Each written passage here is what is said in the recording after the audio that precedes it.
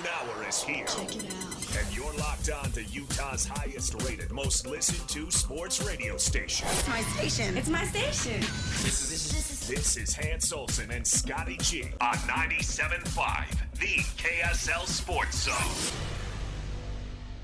Hans and Scotty, 97.5, the KSL Sports Zone. Hope you're all having a tremendous day. Let's get it, folks.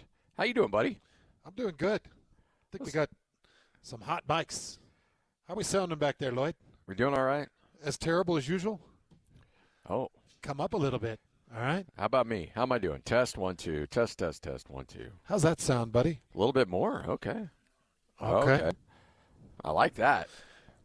A little more Scott. Nobody's ever heard from that. No, nobody's ever wanted that. Nobody's ever hurt from that. Oh, no. Everybody always wants more Scott. In fact, I got a message the other day, I think it was on Monday, that said, hey, if there's any way that you could just stay quiet and let Scott talk. Stop it. Nobody's ever said that. Multiple people have said that. Hans is the best. Let him shine. Yeah, we get emails saying like, hey, you and Lloyd are holding hands back. You're holding hands back. Let that horse run. Hey, I got you a gift. What? I left it again? Where? At Tim Daly. Son of a gun. That's all right, man. Your That's all beanie? right. It's the gift that keeps on giving, man. Yeah. I appreciate it. Yeah, Lloyd.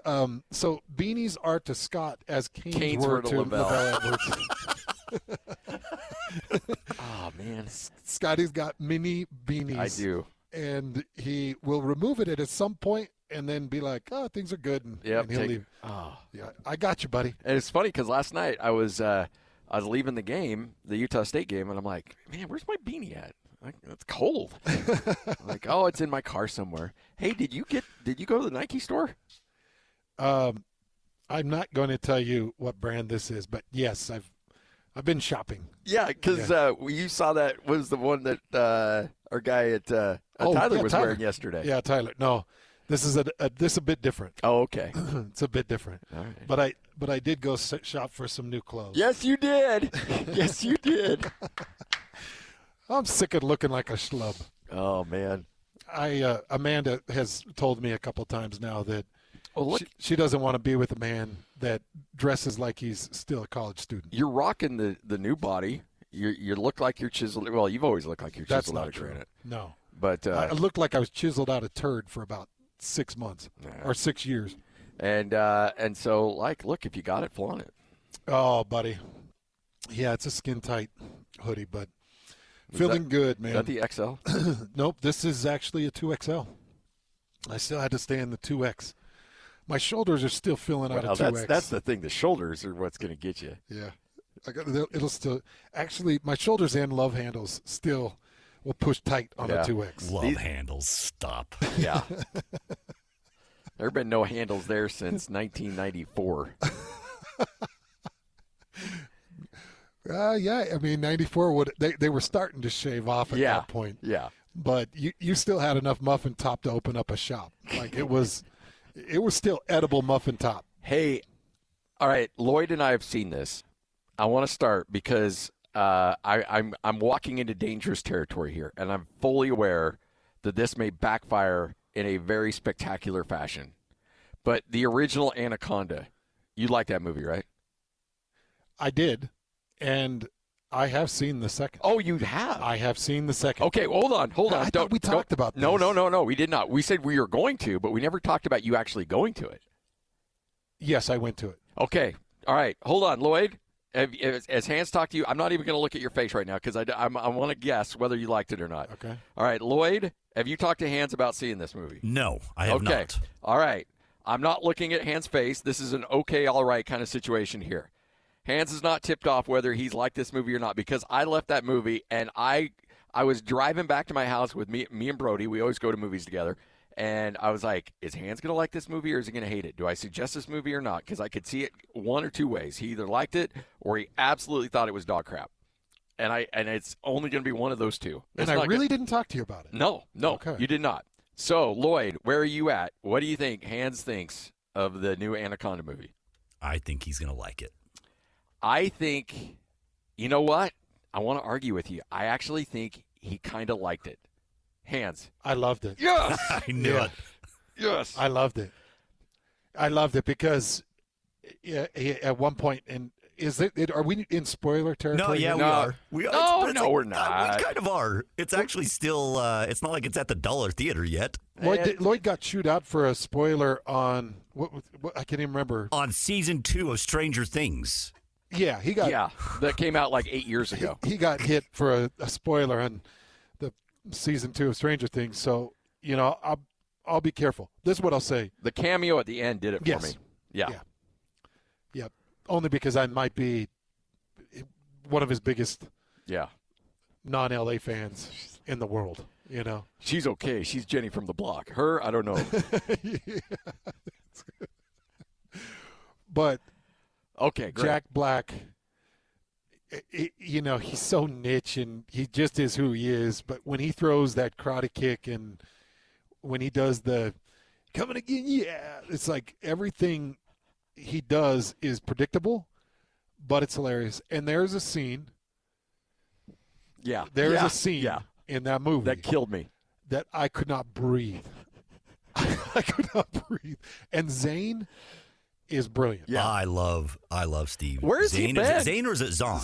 I think it's Zahn. Steve Zahn. Zahn. I don't know where he's been because he's a great actor. Like, he always plays the same character. He's brilliant. He and Steve Buscemi, everything they're in, they always play the same person. Well, and reuniting Jack Black and Steve Zahn from the movie Saving Silverman, which is a top 5 all-time comedy for me.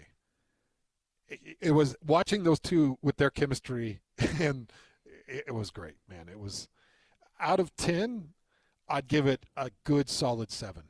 Paul Rudd, awesome as well. Paul Rudd, really funny. Yeah. He's got the sniper rifle. Yeah, man, and I love Paul Rudd. We fell in love with Paul Rudd on Clueless. Oh, yeah. Hanging with the homies. I love your random polls of where you like people. I really do. It's one of my favorite things. But isn't that where you guys fell in love with Rudd? Clueless? No, actually. I actually hated him on that because he was like, man, kind of an annoying brother. Honestly, I only watched it once, and I didn't even know he was in it because then I went like decades without watching it, and then I didn't know that was him in it. But my wife loved Clueless when we were dating, and so I watched it again. I'm like, oh, okay, all right. Well, it was funny because Amanda and I were watching the breakup, and I said, man, Ralphie is still a pretty good actor. And she's like, what? I'm like, that's Ralphie. From or not. Yeah, Ralphie. Yeah, yes. That's Ralphie from The Christmas Story. And she's like, what? But that was Ralphie, the kid from A Christmas Story in the breakup. It's funny. My brain, my eyes just catch something, and it just locks onto it. But the two things that Rudd is good in is Clueless and This Is 40. And then he's done a really good job in this one. And 40-Year-Old Virgin. Because that and This Is 40 are kind of the same movie. That I haven't really got into that one as much. Well, that's probably because it's got the one guy you don't like as the lead character. Okay. But if you just eliminate him and just have him and the wife that are in This Is 40, it's still awesome with those two. Oh, okay. Okay. Because they're the same characters in This Is 40 as they are in 40-Year-Old Virgin. Like, they play the same married couple with the same daughters. Oh. Like, so This Is 40 is essentially a sequel to 40-Year-Old Virgin. Sorry. You're throwing me off. Knocked Up. Knocked Up. There, yeah. That's okay. it. My bad. Yeah, you threw me off the 40. Yeah, my bad. But the Knocked Up with Katherine Heigl, yes. I know that one. Okay. But I liked it. I would suggest it. If you're up for just goofy, stupid. Yeah, you just want to just let your mind just bleh. Enjoy it. It was worth the $11 per ticket. Yeah, yeah. Well, and the idea of it is pretty darn funny. Yeah. We're going to remake Anaconda because I own the rights. And then halfway through the movie, it's just hilarious. What are you guys doing? Oh, we're doing a sequel, a reboot, Anaconda. Oh, okay. Yeah. Anyways, man, we got a lot to go. Yeah, let's get to it. Hans and Scotty, 97.5, the KSL Sports Zone. Time for your starting lineup. This is Hans and Scotty G. Let's go. The lineup Warm-up is set, and it's time to kick off the show with the biggest topic of the day. This is the starting lineup on 97.5, the KSL Sports Zone.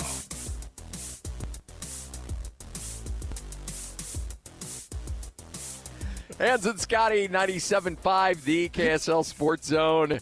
It is your starting lineup. All right, the announcement came out earlier today, and trust me, the ramifications and the dominoes that are going to fall from this are, look, a lot of people are going to get caught up in this before it's all said and done. But 20 men have been charged in a point-shaving scheme involving 39 college basketball players on 17 NCAA Division I teams, including 29 games being fixed, according to a federal indictment unsealed earlier today in a district court in Pennsylvania. And that's only the ones that they know. Yes. That's what we can prove. Think about what you can't prove. Think about how far-reaching this is. And as you just mentioned the headlines here before we kind of jump into the details of what they found in this federal investigation, college sports, professional sports, people are already very skeptical about the way it's officiated, about the way it's played, about the way it's performed, and about its outcomes. Because anybody in America can cross a border, and what are we up to now? I think 38 of the 50 united? Yeah. Or is it more? It might be more. It might be more, actually. I think it might be closer to 42 now of the 50 united that offer some form of gambling, whether it's going into a casino or it's giving you opportunities of an app to just open up an app and put a bet down on a game. Yeah. A prop bet, for crying out loud, on how many points one individual in that game can score. And it's supposed to be by chance, but the mind can't help but wander into, this isn't chance. I know it's not chance because this guy is averaging 12 points a game and somehow he just scored 2. So tell me what happened, because I put a $2,000 bet that this guy against a terrible defense would go over his season average of 12, and he just scored 2. How? That's a terrible defense. The 2 leading scorers in the last 8 games against this defense went for 24 points apiece. How does this happen? And that happens all the time in gambling. Yes. Oh, yeah. Yeah. And now, what this does, Scotty, everybody that's ever had a bad beat stops and says, whoa, wait. What happened? Wait a second. So my fears and my concerns and my pessimism is all confirmed. It's a point-shaving conspiracy. And that's so damaging because now you're messing with Vegas. Mm-hmm. Now you're messing with the people that really matter, and that's the people that are making billions and billions off of college and professional sports, because there are a couple of NBAers that were pulled into this whole federal investigation that have been named. Nobody of any note, but certain names that have been pulled into this investigation and named. And, Scotty, when you hurt Vegas, now Vegas has to get involved. And even though they're the ones that ultimately force this, Vegas has to get involved and say, I want max penalty. Yeah. Oh, yeah. You got to throw the book at people. You got to make an example out of somebody. Here's the interesting thing. These are the schools named in the indictment. And I think this is important to note because this is something that we've looked at for a while. Abilene Christian, Alabama State, Buffalo, Coppin State, DePaul, Eastern Michigan, Fordham, Kennesaw State, LaSalle, New Orleans, Nicholls State, North Carolina A&T, Northwestern State, Robert Morris, St. Louis, Southern Miss, Tulane. You know what what all of them have in common? Nobody cares about their basketball teams. They are flying under the radar, and that's it. You're not going to see this happen at Alabama. You're not going to see it happen at UCLA. You're not going to see it be caught. Yeah, that's true. But if I'm a shark and I'm looking to move a line, and Tim Murray, who's going to join us coming up at 2:30, good friend of ours who does a show down in Vegas, and it works for VSiN, Gambling Network. Yeah. But he and I were joking because I was in college, and I would, I had ways of betting Big West basketball games because I knew the Big West inside and out. I was doing a lot of radio work for Utah State at the time, and I made, some tuition money in college knowing that, that line is way out of reach because nobody's really paying attention to that. And he's like, if you want, and Tim's laughed at it, he goes, if you want to make money, know the most about the smaller teams and the smaller conferences because nobody's paying attention to them. And that's the thing. If you see wild bets coming in on big name programs, that's going to raise a lot of red flags. Here, if there's a lot of movement in a Kennesaw State LaSalle game, nobody's really going to pay attention. And so these Sharks are out there, and they're looking at individual teams and individual players. Where can we infiltrate, and what can we do? These are kids that aren't making any money. They're hardly getting any NIL money.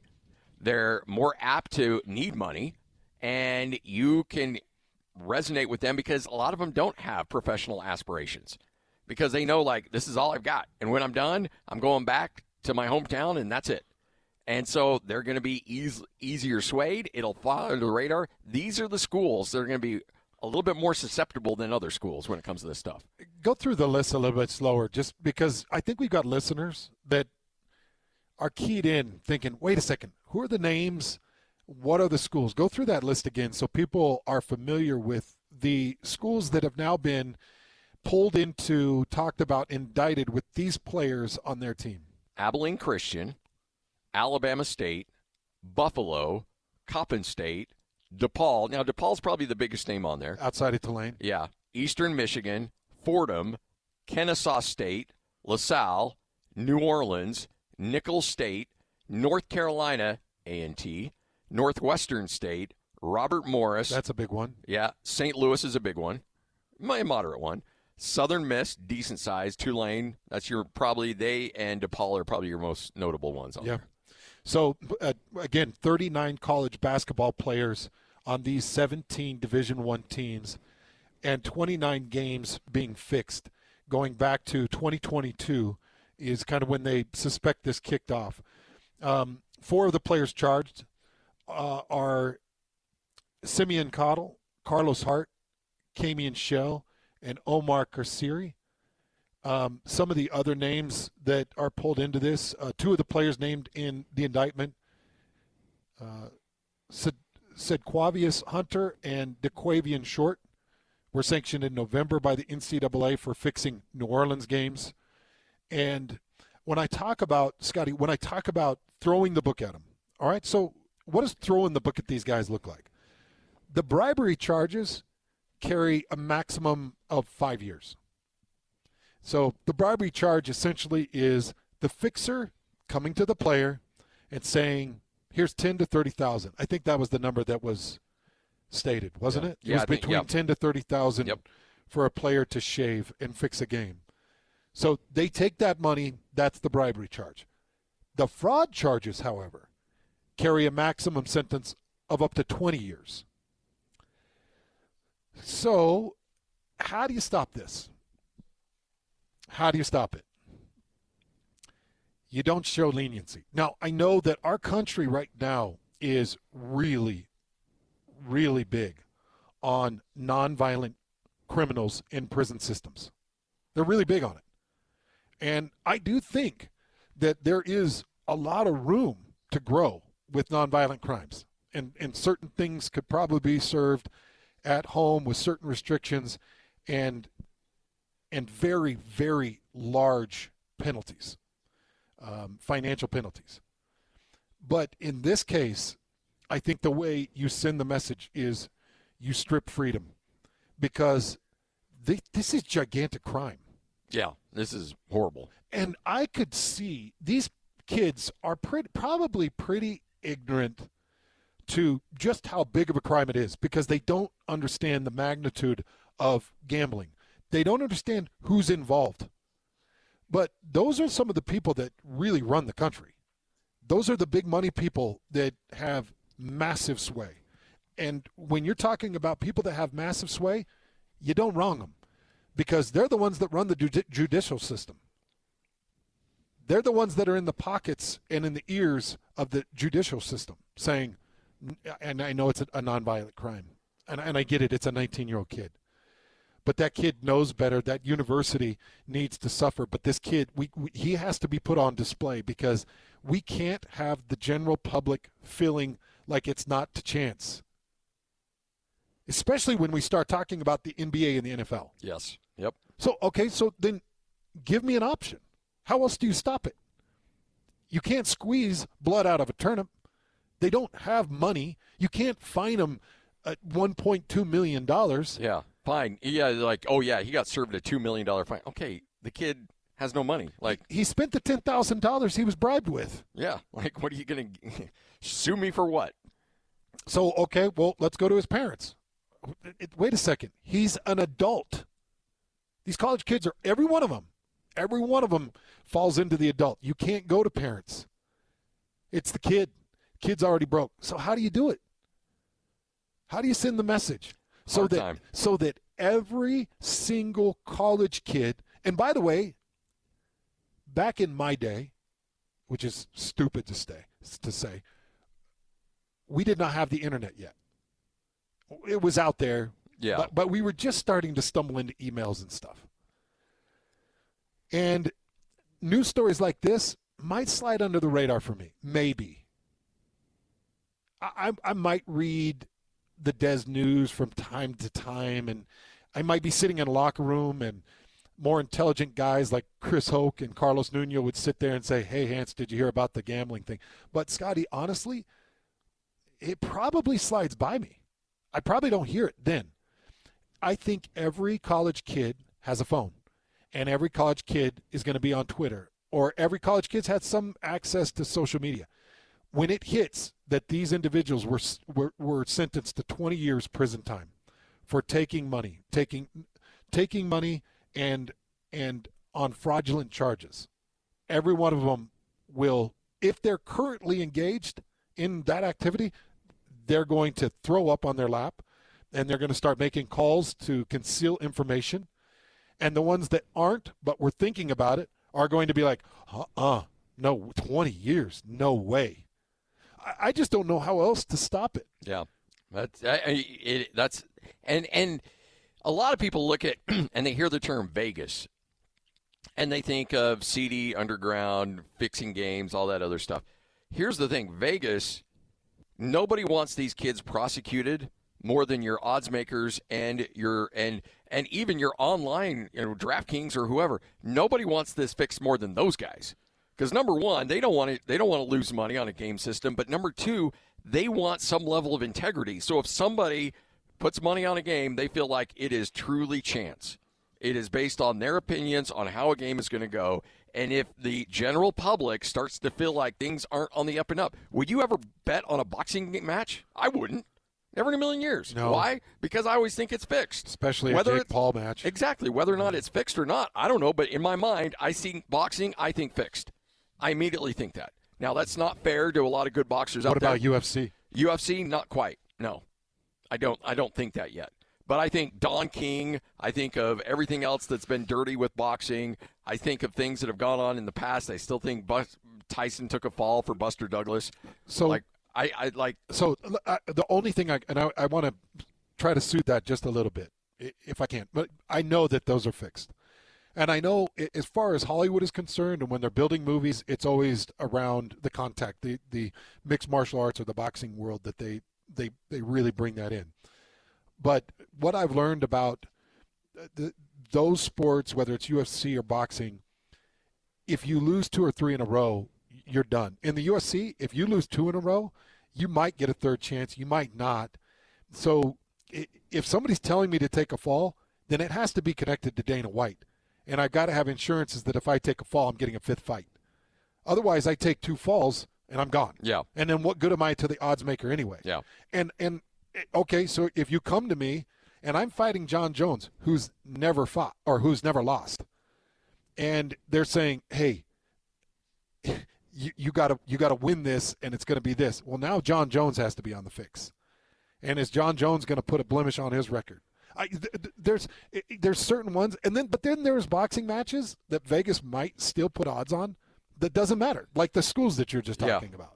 Maybe you get a fighter that's come up the ranks and he's going to take $150,000 to take 2 falls, and somebody's going to get mega rich and give him 20% of the cut. I don't know. Those things can get deep like that. But everything you're saying is reasonable and realistic and is accurate. But I'm talking about me, the general public, that doesn't know a lot about UFC, doesn't know a lot about boxing. A lot of us just think, it's fixed. Yeah, it's fixed. Now, everything you're saying is true and real, and they're trying to keep it as clean as they possibly can, and these players want to have a long career. Everything's right. I'm just talking about perception. Perception's reality. And these, college basketball is concerned. The NBA, they've got a perception problem with their NBA finals and their officiating. Everybody's always thinking, fixes in. That's why the NFL got real, like it was kind of a joke on the script with the NFL. Roger Goodell shut that down fast because he's like, I don't want any perception out there that things are going a certain direction that is outside of what's happening on the field. I've got so much more on this. Maybe we hold it for 12:30 because I've got a couple of really deep thoughts on this. And a reason why I don't think it's as far-reaching as maybe some might think. I'm going to try to tamper some of the nerves that are out there with all sports fans, and I'm going to give you some reasons why I don't think it's as far-reaching as a lot of you might be thinking, hearing about 39 college basketball players today involved in 17 Division I teams and 29 games being fixed. I'll give you some thoughts on that. We'll get to it next, right here on The Zone. Looking for the latest on the Jazz, Utes, Cougars, and Aggies? Yeah. We've got you covered. This is Hans Olsen and Scotty G on 97.5, the Sports Zone. Hans Olsen, Scott Gerard, 97.5, the KSL Sports Zone. Hey, be listening all day today for your chance to win a 5-pack of tickets to watch the Jazz take on the Spurs on January 22nd. That's right, 5-pack of tickets. Every show will announce one keyword. The more keywords you enter, the better your chance will be to win. So keep it locked in and listen all day long. We're not giving you a keyword now, but we will hear very soon. So you said you don't think it's as widespread as people are fearing. Yeah, I think so. And I'll give you an example of that. So college athletes in particular, by and large, have a very loud mouth. And and you know when somebody has money and when somebody doesn't have money. You know when a kid comes from parents with money or when they come from parents that have nothing. You just kind of know where everybody stands. I remember 2 teammates showed up on opening day when I was a freshman at BYU, and they were driving a new 4Runner, and they were twins. And I was like, okay, yeah, I know why they're here. I know where they came from. Nobody's driving a new 4Runner in 1996 to a college campus. And you all know when you show up. You know who you are and what you are. Yeah. And you all have a loud mouth. It's really hard to pay a kid inside a locker room and have him shut his mouth. And so I'll go back to what I've always thought about the moon landing, because there's a lot of conspiracy theorists out there. The moon landing is factual. It happened. It happened with 0% chance that it didn't, because there were over 50,000 people that were involved with the construction, the broadcasting, and the lifting off part of things. Within 10 to 15 years after that moon landing, one person of the 50,000 could have made millions by providing proof. Yep. Okay? It's the same reason that there's no way that the Morris brothers or the Engling brothers and Morris made it off of Alcatraz. There's no chance.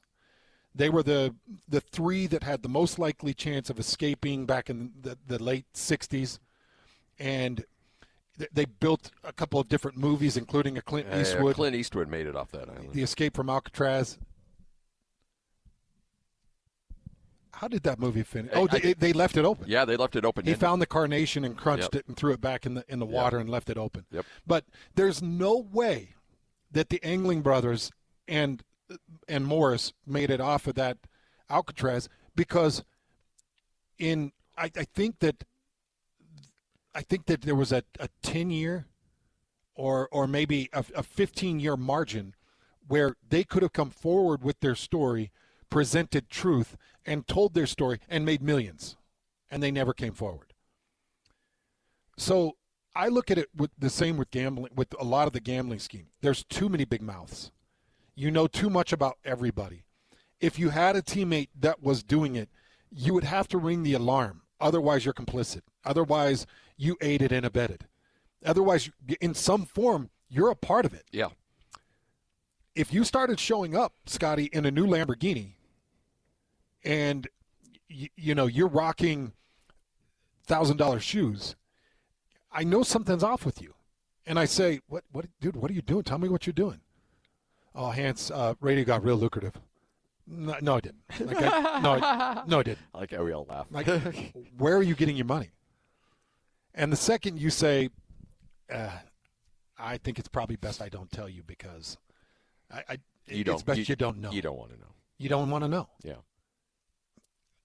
Everybody knows, as close as you and I are, where we talk 3 hours to each other every single day, and we share breaks, and then we share conversation post and pre, it's still not as much time as you and I would share in a locker room at a college level. Yeah. So just put it in that term. So the reason I don't think it's as far-reaching or as broad, you've got big mouths, you've got young stupidity, and people would figure it out. So when I was doing the LDS mission thing in North Carolina, I was in Chapel Hill, and my companion and I found a way, and I'm just going to leave it at this, found a way to go to a Duke, North Carolina game. Breaking all kinds of rules, not allowed. Oh, boy. And we're like, are we going to do this? Yeah, we're going to do this. All right, we're going to tell anybody? No, we cannot tell anybody. Was this hymnal money?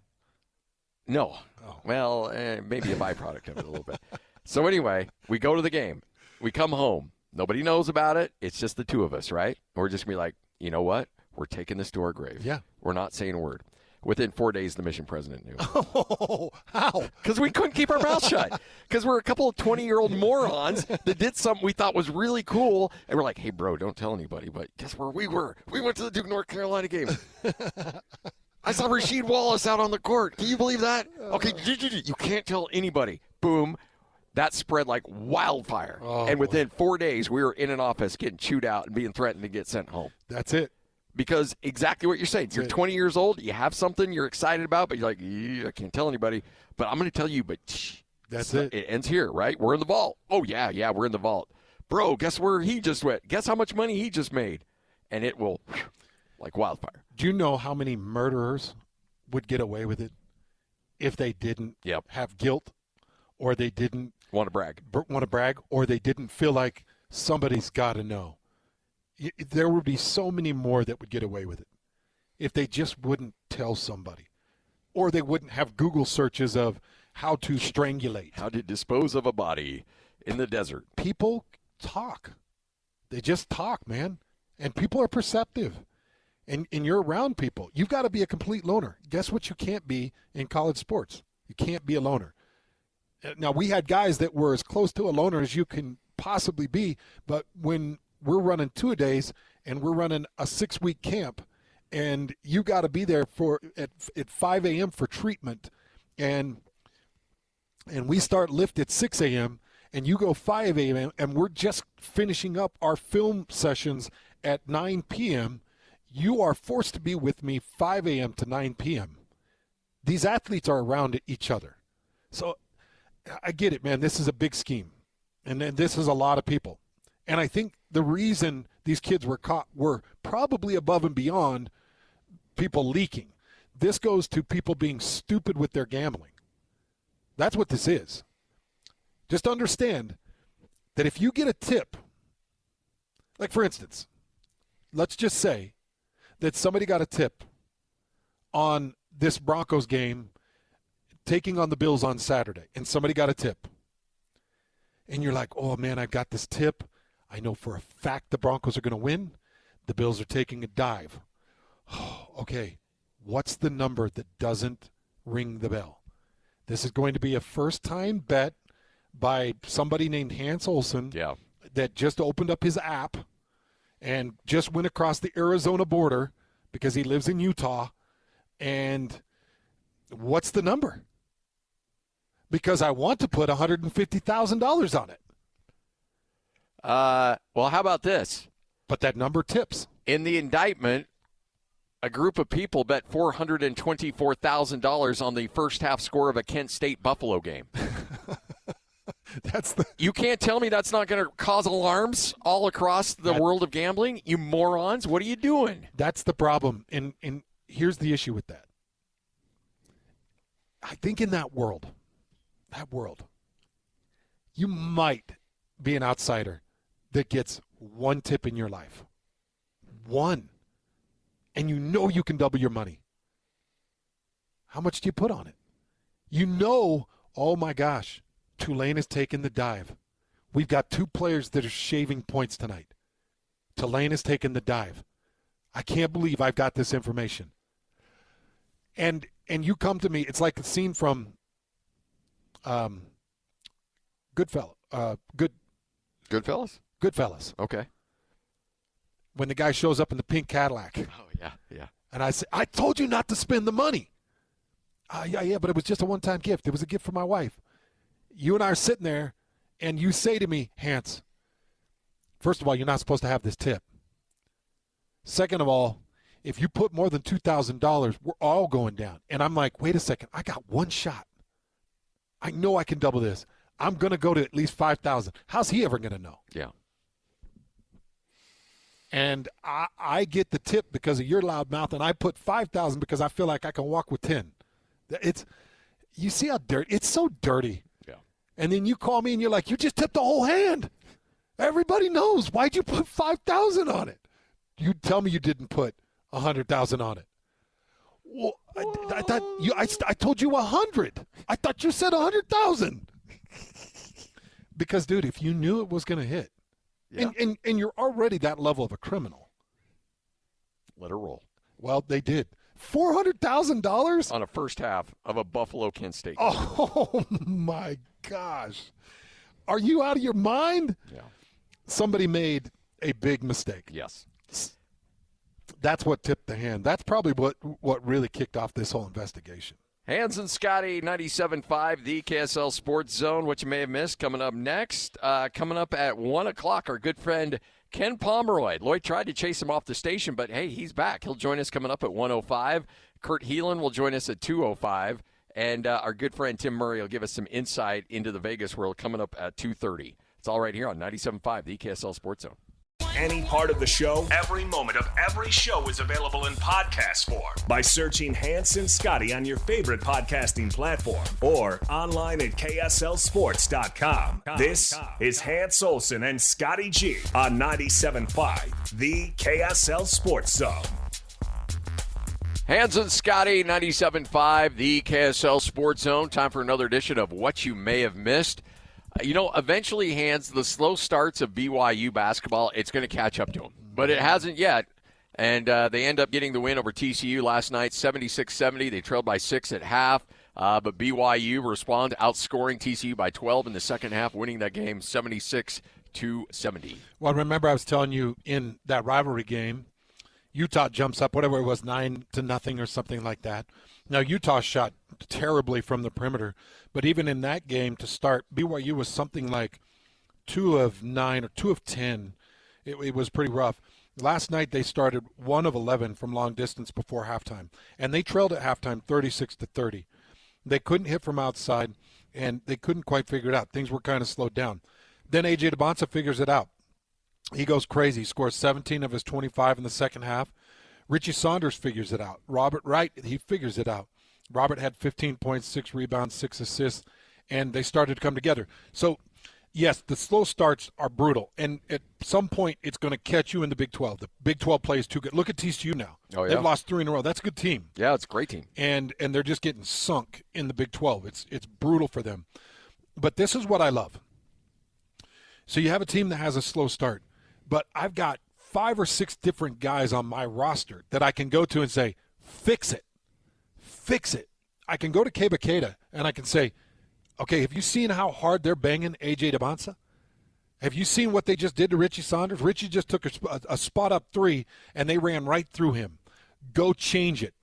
Go beat somebody down. You got 5, go deal out 5.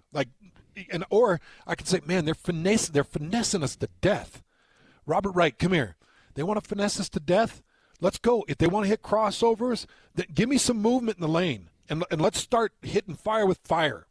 Or Richie Saunders. All right, all they're doing is they're closing down. They're tripling and doubling on AJ. They continue to force one-on-one, and they're pressing Cable wide, and then they're hitting zone, and they're making Robert Wright's job really difficult.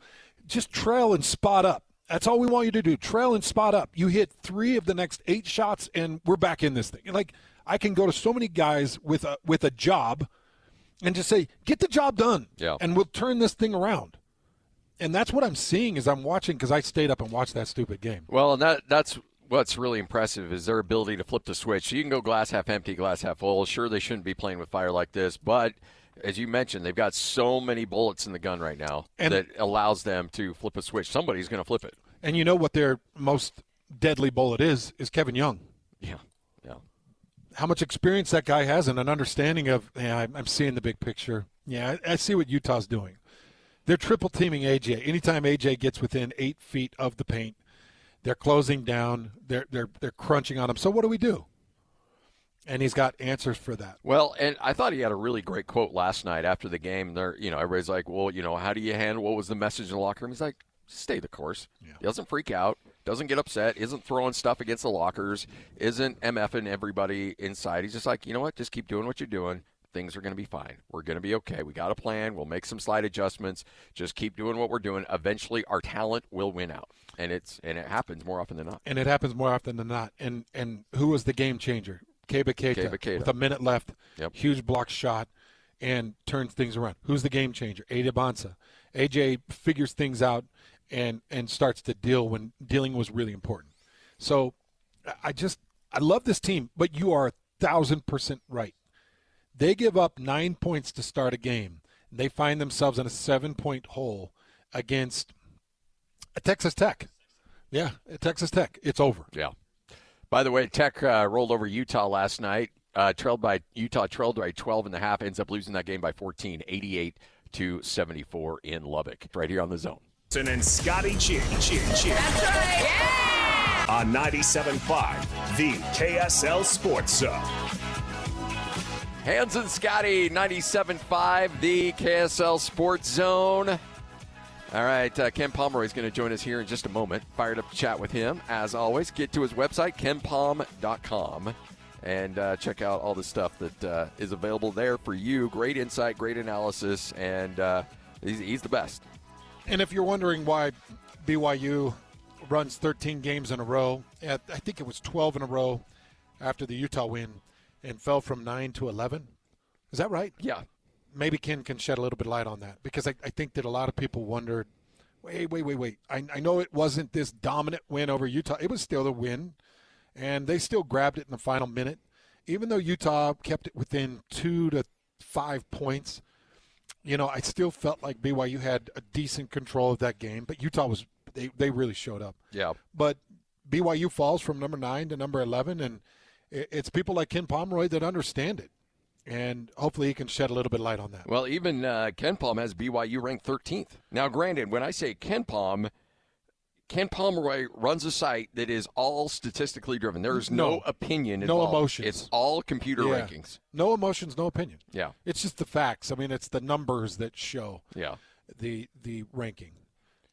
Well, joining us now, it is Ken Pomeroy from KenPom.com, one of our favorite people on the planet. And this is your fun time of year, man. You're coming up on it. Do you feel like this is the time of year where your computers actually have a good vibe on these teams right now? Yeah, absolutely. I mean, we're at the point where, halfway into the season, a little bit of conference play mixed in. There's certainly plenty of data now. And, it's, not everything's determined, and there still will be surprises. But, I think the ratings are a pretty good representation of who's good right now in college basketball. So, Ken, we talked to a lot of different listeners out there that struggle to understand. I struggle to understand at times, but BYU goes on a 12-game win streak. They beat Utah. They now are on 13, beating TCU. They were at 9. They fell to 11. Help people understand how you have a two-spot tumble after a win, and then help people understand how important that is or isn't. Well, it's probably not that important. I think people obsess about those kind of small changes, way too much. First of all, BYU fans should take, just watching the team, just take comfort in the fact that the team is obviously very good. They're certainly capable of making a deep run in the tournament. I don't know if they're a national title contender quite on that level, but certainly a team that can get to the Final Four, and that should make everybody very excited. So if you're wringing your hands over, dropping a couple of spots, whether it's in the AP poll or my ratings or anybody's ratings, you need to step back and maybe reassess how you get enjoyment out of following your team. Why that happens, at least in my ratings, is that obviously you're not playing these games in a vacuum. First of all, there's other teams around you, and if they have better performances than you do, you can still get jumped even in a situation where you win. So there's that, but also my system takes into account scoring margin as well. And so, some of these games, certainly the Utah game was closer than you might have expected for a top 10 team. And so when that happens, you're going to get dinged a little bit in the ratings. You do have your player of the year standings right now. A.J. DeBonsa at number 3, Boozer from Duke, number 1, Josh Jefferson at Iowa State, number 2. But you can't ask a lot more for A.J. DeBonsa on how he started the season. You cannot ask for anything more. To me, he's really one of the most fascinating situations in the country, just in terms of the fact that BYU relies on him, I guess trusts him so much. He just uses such a large share of the offense that it really is pretty impressive for a freshman. And I expect that trend is only going to get more impressive as we head to the tournament. We're going to see, Kevin Young just really put the ball in A.J. DeBonsa's hands in every, critical situation. And right now, they do that right now, I guess, but I think we're going to see DeBonsa get the ball in his hands even more frequently than he is right now. And so I'm really, fascinated to see how things play out. The MO of BYU so far this year has been, I think, at least when I watch them, certainly the TCU game, great example of this, where, it wasn't like you ever, I don't know that I ever really thought that BYU was going to lose the game, and yet it was a close game most of the way. But you always kind of know that when you have A.J. DeBonsa, go to him down the stretch in the final 5 minutes, put the ball in his hands, and he's going to create something. He's either going to, get to the foul line or create points on his own. And to me, he's, Cam Boozer's, he's going to be the national player of the year. But obviously Cam Boozer has more help around him, I think, than A.J. DeBonsa does. And to me, that makes A.J. DeBonsa a much more interesting case the rest of the season. If you haven't got to KenPom.com, get out to KenPom.com, and you can better understand the numbers and what Ken Pomeroy does. He's a genius in his field. He's one of my favorite guests every single year. Get him a couple of times. And you need to go out and just check out his stuff, KenPom.com. So, Ken, Scotty's taught me how to spend some time on the site and kind of read and understand. But kind of give me your thoughts, because I know that there are numbers that identify everything. Right now, through whatever it is, 17 games. Right now, through 17 games for BYU, do their numbers identify them as a good tournament team? Somebody that might be good in tournament play, whether it's numbers or it's a personnel. Do you feel like it's built for a potential big NCAA run? Yeah, absolutely. The first thing is that there really isn't like a singular formula for NCAA tournament success. That's kind of the beauty of college basketball, is that you can different styles can still be successful.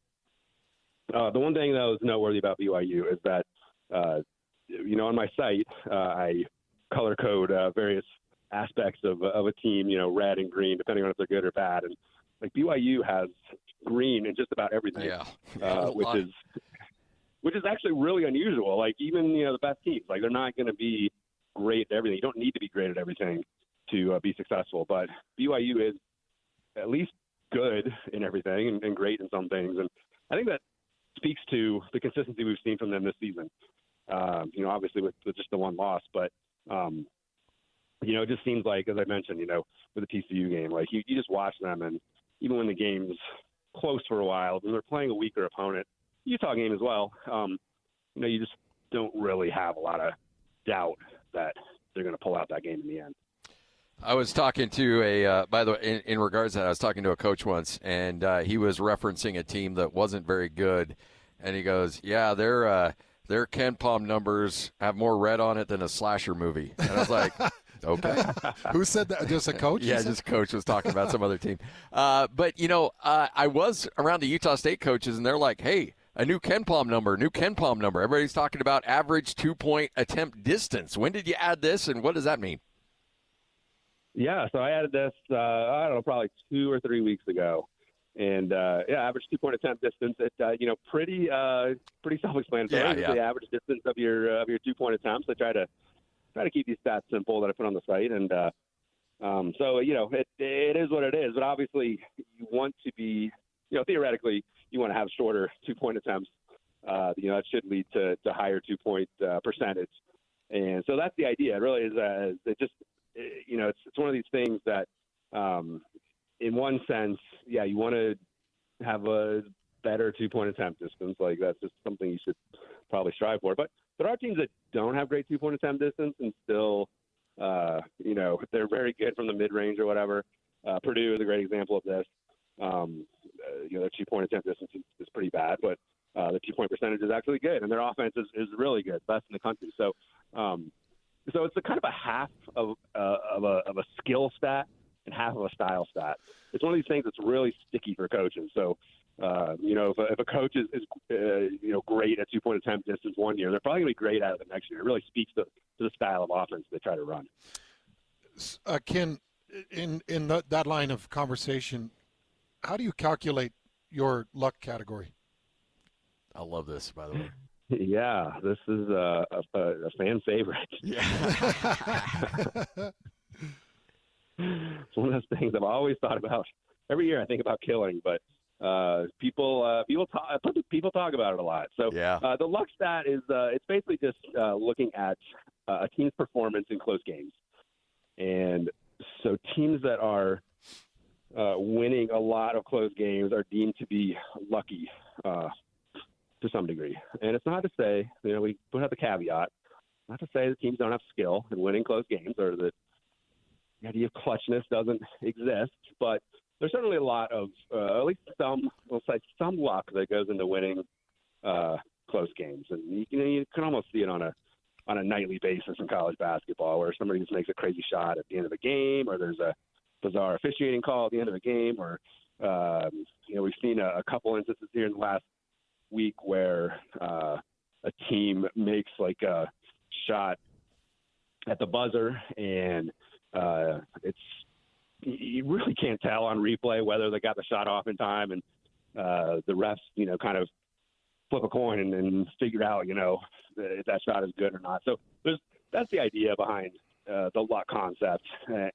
If you see a team in my ratings that is ranked higher than conventional wisdom, chances are they're going to be low in the luck stat. They'll be viewed as unlucky, because my system's trying to look at things from a predictive standpoint, whereas like the AP poll is looking backwards almost. It's basically looking at what you've accomplished. But if you look at teams that have lost close games in the past, that's really not something that's going to follow them going forward. Like it's going to be much more random going forward. So that's the idea behind the luck stat.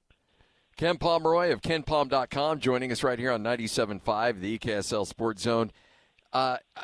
Following Utah State, and Utah, we're going to talk more about them coming up here in a second, but so much of what they do is based on, they're not a particularly great half-court offense, but they get out, they force steals, and I can always tell how the game went based on their fast break points because they score so well in transition. Is there a way to really look and dive into fast break opportunities, or do you just kind of look at steals and average possession length, and that's kind of telling you a little bit more of who they are? Yeah, I mean, you can certainly infer that from those two stats.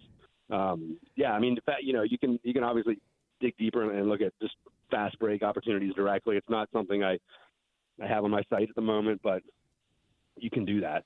But yeah, I mean, certainly you look at what Utah State has done in terms of forcing steals, and obviously, Mason Falls-Lev is the steals god of the country, pretty much. Yeah. but yeah, you look at that, you look at the possession length, and you sort of paint that picture. The one interesting thing about Utah State I got to shoehorn in here is that through their 6 conference games, they have an offensive rating of 132, which means they're averaging 1.32 points per possession, which that leads the country, by the way, in terms of just in conference play. We're not saying Utah State has the best offense in the country, but it's very, very good. And talk about a team that has a lot of green on their page. I mean, they lead the conference right now, 2-point percentage, 3-point percentage, offensive rebounding percentage. They've just been devastating so far offensively in conference play. And for the whole season, they've had a very good offense. So very, very exciting things happening there in Logan. So they're ranked, by the way, they come in ranked. BYU on your KenPom rankings are number 13. Utah State's 22. So, Utah State's not a lot of separation there. When you look, probably closer than people would think. Yeah. Yeah. So here's the other thing that I think is kind of interesting, because Utah State, they force so many steals, so they got their hand in the cookie jar a lot with deflections, on the ball, turnovers, things like that they're forcing. But they also get called for a lot of fouls because of that. And, they're the only real red that you have on Utah State is their free throw attempt for field goal attempt based on the opponent. So they're sending teams to the line a lot, but they're also getting a lot of steals and getting fast break opportunities because of that. So do those kind of wash out a bit? Yeah, I mean, this gets back to the idea that, very few teams do everything well. And part of the reason for that is that there are trade-offs. Obviously, as you point out, a defense that tends to wants to force a lot of turnovers tends to commit fouls. That's a great example there, Scotty. And no question, those things cancel out to some extent. But it gets back to the idea that different styles and different philosophies can be successful, and coaches across the country. How they've been influenced coming up through the ranks, all have kind of different reads on what they want to value. But yeah, I mean, it's certainly obviously a case where Jerry Calhoun thinks that it's worth a trade-off. Forcing all the steals and obviously steals and possessions. I mean, that's the main benefit. The trigger fast break points, which is a nice sub benefit. And even if you commit a few extra fouls, it's going to be worth the trade-off. So, Ken, as I'm looking over the numbers and just trying to get a big picture idea of the Ken Pomeroy numbers, it feels like it's saying to me that the Big Ten right now is the lead dog in conference. Outside of that, you've got the Big Ten and then maybe Big 12, and then you start to go ACC, SEC. But is that what the numbers are showing, that the Big Ten is the powerhouse conference right now? Actually, if you look at my ratings, you average all the teams in each conference. The SEC is number one right now. So it goes SEC, Big Ten, Big 12, and Big Ten and Big 12 basically tied in my ratings, going back and forth day by day, depending on various random things that, are difficult to explain. And then after that, there's a pretty significant drop-off to the ACC. And that's not to say that that's how the tournament bids are going to line up. The ACC is actually probably going to end up, really punching above its weight in terms of getting bids, because they do have a number of teams kind of down in that, 9 to 12 seed line range. But, the other three conferences I mentioned, Big 10, Big 12, SEC, they're a little better at the top, and perhaps most importantly, well, not most importantly, but for the calculation, most importantly, they don't have a bottom really. Like the bottom teams are pretty good. So you look at the Big East and they have 4 or 5 teams outside top 100. The ACC has 4 or 5 teams outside of the top 100. The Big East has 2 or 3. That's what drags down the ratings of those leagues to some extent, but also the fact that they just don't have a lot of teams in the top 20. The Mountain West is not going to be certainly a 5-bid league like we've seen over the last few years, where they've been able to get a lot of teams in the tournament. They may be a 2, at best maybe a 3, but probably in that 2 range. But yet, if you look at their ratings, the Mountain West last year finished with a 8.06 rating. Right now they're 8.05. So they're not that far off of where they were last year, but they just don't have those key wins that are really helping their numbers. What's your overall impression of that conference? Yeah, it's been pretty strong. I mean, you have to look at it's really like the issue of the bottom of the league is stronger than it has been. I mean, really, with the exception of the Air Force and San Jose State, but you got teams like New Mexico that have improved this year. Grand Canyon coming into the league and being solid. Wyoming has improved. Fresno State is not the doormat that they were last year. So those kind of stories, they're not going to gain a lot of national attention, but that's part of the reason why the league is better. Unfortunately, you do have the cases like Boise State, who people, might have thought would be a tournament team, and they're obviously dealing with a pretty bad losing streak at the moment. Nevada's been struggling, and UNLV under Josh Pastner has been a bit disappointing. But yeah, overall, the league's been pretty healthy in its kind of swan song in the current iteration, and it's still still a really solid league. It's just when this league has produced a lot of bids, it's usually having 3 or 4 teams like right on that cut line. They just end up on the right side of it, and this year they might end up on the wrong side of it. Do you like the new Pac-12 that they're forming in terms of a basketball standpoint and what that could look like next year? I mean, I like it. I'm really interested to see how it performs. You kind of look at how some of those teams have performed this year, and it hasn't been quite as strong, although Fresno State, as I mentioned, maybe a bit of a surprise. But you look at like Oregon State and Washington State, and they've been disappointing.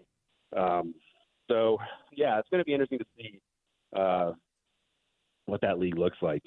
It's to me, it's not something that I would consider a power league. Obviously, the name of the league would maybe lead you that way, but they'll be better than the Mountain West. They'll clearly, I think, be the 6th best league in the country, but they'll still be, I think, quite a bit away from like the Big East or the ACC, which are the 2 leagues that they probably could target for overtaking from a basketball sense. But I think they'll still be, a step away from those leagues.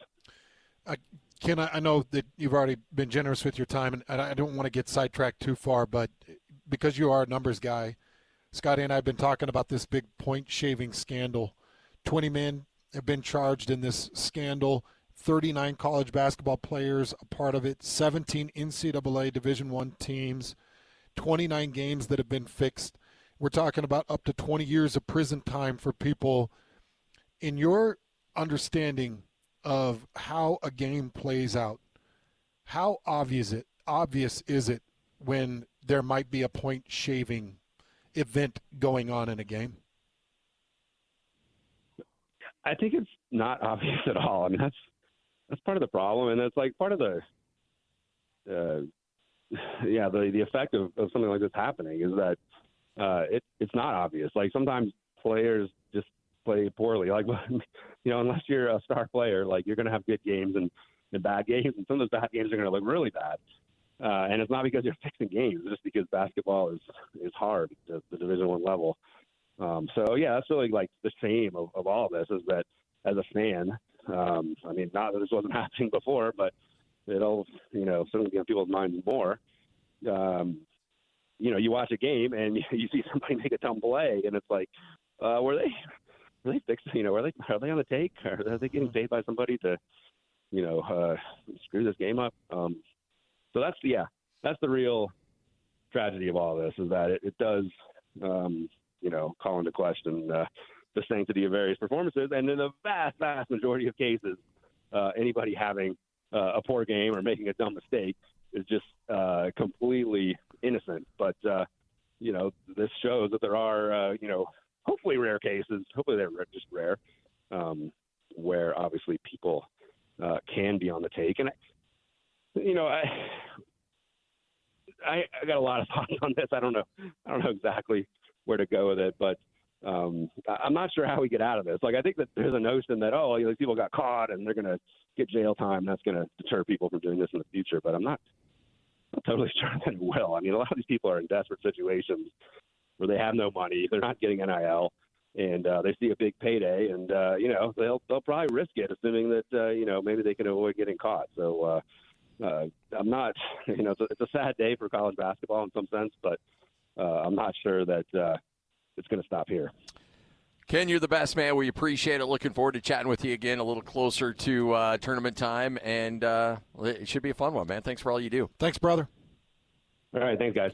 Huge fan of the website, kenpom.com. I have been a loyal subscriber of Ken for years and years and years. I'm telling you, especially when you're filling out your bracket, this is an absolute must. kenpom.com. Again, kenpom.com here on The Zone. It's time to saddle up and talk about the winners and the losers. This is the good, the bad, and the ugly. Now, here's the good. Hans Olsen, Scott Gerard, 97.5, the KSL Sports Zone. Your good, the bad, the ugly. We'll get to your good here in just a second, but it's your chance to enter to win a five-pack of tickets to the Jazz and Spurs game on January 22nd. Listen all day today for one keyword in each show. The more keywords than you enter, the better chance you have to win, so make sure to listen all day long. Go to kslsports.com/contest, and where you see the word keyword, type in ACE. That's it. ACE, ACE, where it says enter your keyword. That will get you entered in to win that 5-pack of tickets. Well, for the good, the word should be sensible. Sensible. The word should be Bryce Sensabaugh, because Bryce put up a career-high 43 points in that game last night against the Chicago Bulls, and I was able to go back and forth and watched a lot of that game, and Bryce Sensabaugh was unhinged. 21 points in the first quarter of that game. That's the most points by a player off the bench in the period since play-by-play tracking for all 4 quarters began back in 1996. Wow. That's the most points by a bench player, not by the Jazz, but in the NBA since 1996.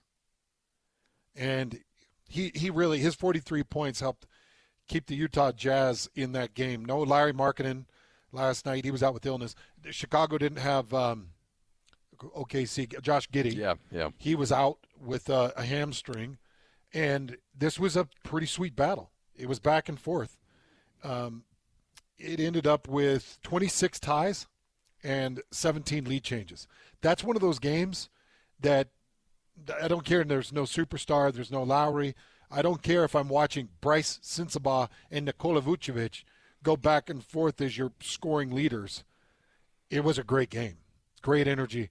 And actually, the result is what you wanted. They lost 128 to 126. Now, Bryce probably didn't want to lose a game in his career high performance, 43 points. That's always nice to have a W tagged by that. Yeah. Because everybody's like, okay, 43 points. But the loss, show me how many assists or how many attempts he had. Because if he's scoring 43 points on 68 attempts, then we got problems.